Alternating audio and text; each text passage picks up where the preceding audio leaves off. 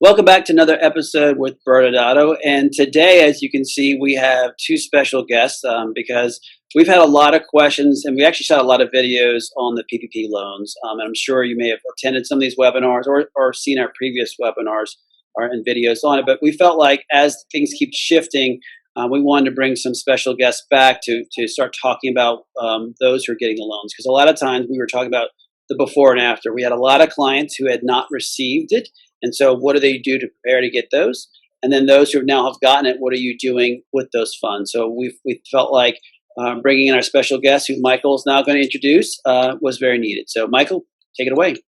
Joining us today are the powers behind Skytale Group. I know many of you have bumped into them or worked with them, and Jessica Nunn and Ben Hernandez are the founders. And they have been instrumental with many of our clients, with us, in working through the PPP program, trying to figure out how much to apply for on the front end. And now that we're on the we have money side, have been instrumental in trying to figure out how to set people up for success and getting the most forgiveness possible given their circumstances. And so with that, I'll just open the floor for Jessica and Ben to share their wisdom.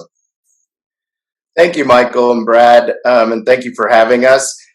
Yes, once you receive the PPP funds, the first phase is going to be the planning phase. The people we're speaking to right now, some of you may or may not be open, and it also depends on what region and state and city that you're in. So there's a lot of strategy behind that. If you are open, then immediately, presumptuously, what would happen is you're already going to be having your staff back.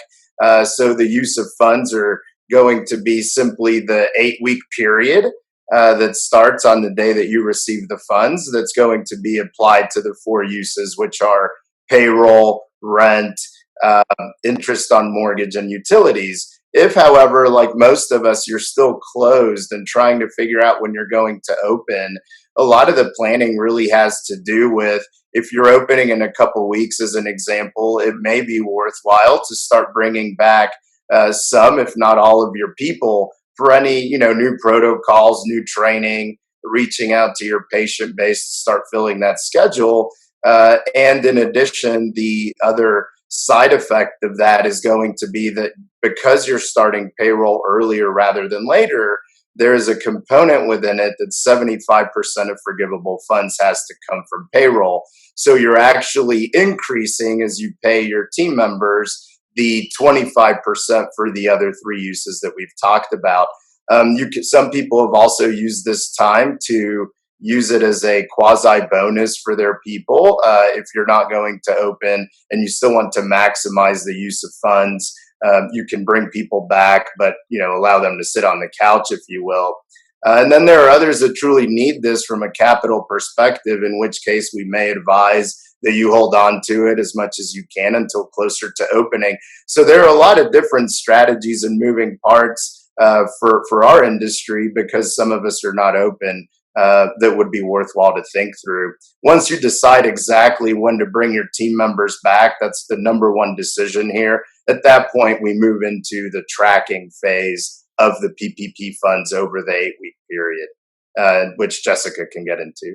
Yeah, so once you've solidified your plan, at Skytale, we always start with a plan, and we like to through the decisions that we're going to make, and we like numbers, so we like to really map those options out and try to see what's going to happen. So once you have your plan in place and you've hired your people back, the second critical part of this is making sure that you're keeping up with all of the information that your bank is going to require of you and that you're doing this right.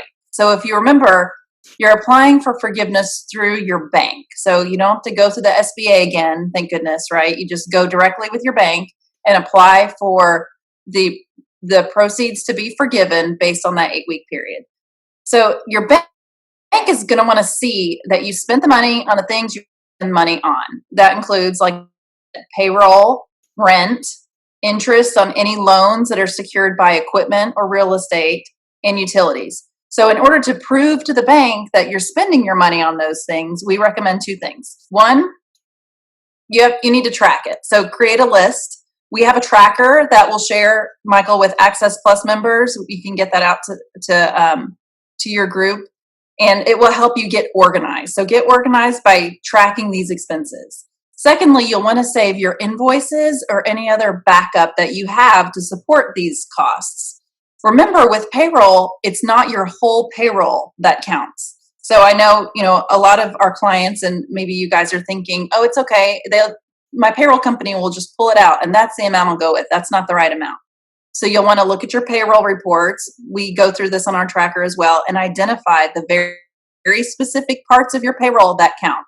And then that's the amount that you'll want to track on your tracker. Or in a lot of cases, we're recommending that you even hold your PPP money aside in a separate checking account. Then you can truly determine how much you're moving to your operating account to cover these very specific costs. So use your tracker, get organized with the spreadsheet where you can list everything you've spent it on. Number 2, keep your invoices or your payroll journals as backup. And then number 3, consider holding those funds in a separate checking account and only moving them as you use them. Then you should be very organized. And then at the end, you'll have a nice spreadsheet and you'll have all your receipts as backup. You can put all that together, send it to your bank. They'll be happy you were organized, and you'll be on your way. Awesome. And I'll just say, as a reminder for everyone, the only X factor in all this is that we still don't have SBA guidance exactly on how all this is going to work. So this is great advice with the information we have today, and it probably will change. And so it's all the more reason why you want to make sure you have someone by your side working through this and guiding you, because there may have to be some adjustments made on the fly. And then just to reinforce those of you who are Access Plus members, we will put that tracker up on the COVID-19 toolkit, and that'll be a resource available for you as you are tracking your spending on the PPP funds. Yeah, and just completely to follow up on everybody what said is it's very important, as Jessica was saying, is to track this, because this is something to do with federal funds, and as you heard me talk about this before, when you can, if you're doing something that's fraudulently, when you're committing a fraud in the government, there's criminal implications. So we want to make sure as you track your information, you have good records so you can always prove it in case there's a question.